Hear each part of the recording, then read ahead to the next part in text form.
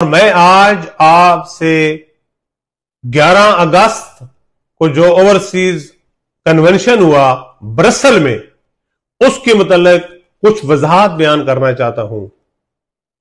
एक सुहेल वड़ैच साहब का कॉलम जो सामने आया, जिसको लेकर बहुत सारी डिसइंफॉर्मेशन फैलाई जा रही है।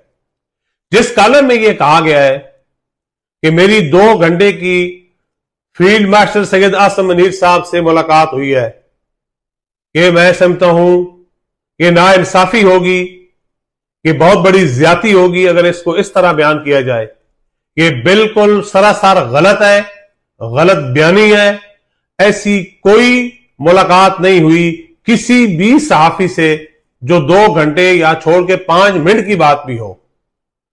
वहां 2 घंटे की जो फील्ड मार्शल साहब की जो स्पीच थी, जो उन्होंने अपने ओवरसीयर्स जो दूर दराज से 20 कंट्रियों से लोग सफर करके आए थे, उनसे जो बातचीत की, और वो बातचीत जो थी उसको बेस बना के अपने कॉलम लिखे गए और उसके ऊपर बात की गई। मैं समझता हूं ये नाइंसाफी है, हकीकत को सही तरीके से बयान न करना। उसके बाद जो कुरानी आयत सूरह बकरा का जिक्र किया गया उसी कॉलम में, उसका असल मकसद जो था वो ये था कि किस तरह हम अपने मुल्क को आगे लेके जा रहे हैं, किस तरह यानी कि बाकी मुल्क हमारे साथ इंडिया की बात हो रही थी, शैतानी किरदार अदा कर रहे हैं, और हम इंसाफ पसंद लोग हैं, हम अमन से रहना चाहते हैं, हम अपने मुल्क और अपनी कौम को आगे लेके जाना चाहते हैं।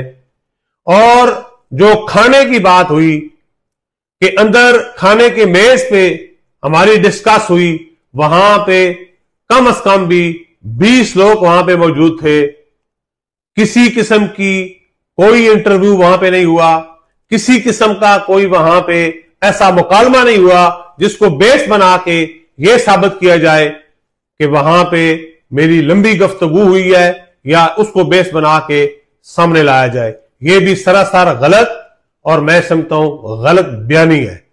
सुहेल वड़ैच साहब ने अगर ऐसी बात अपने कॉलम में लिखी है तो इसका सरे से कोई वजूद नहीं है।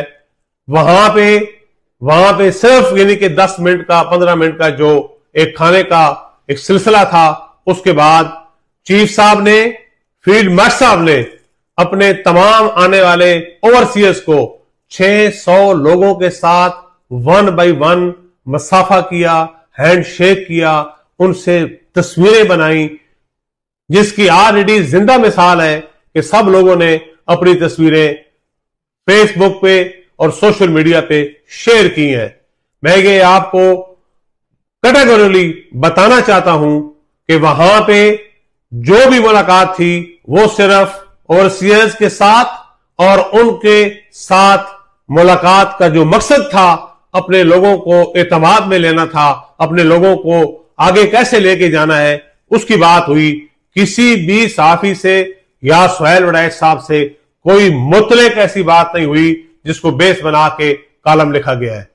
मैं तमाम लोगों का शुक्रगुजार हूं, और आखिर में मैं ये कहूंगा, पाकिस्तान जिंदाबाद, पाकिस्तान हमेशा जिंदाबाद।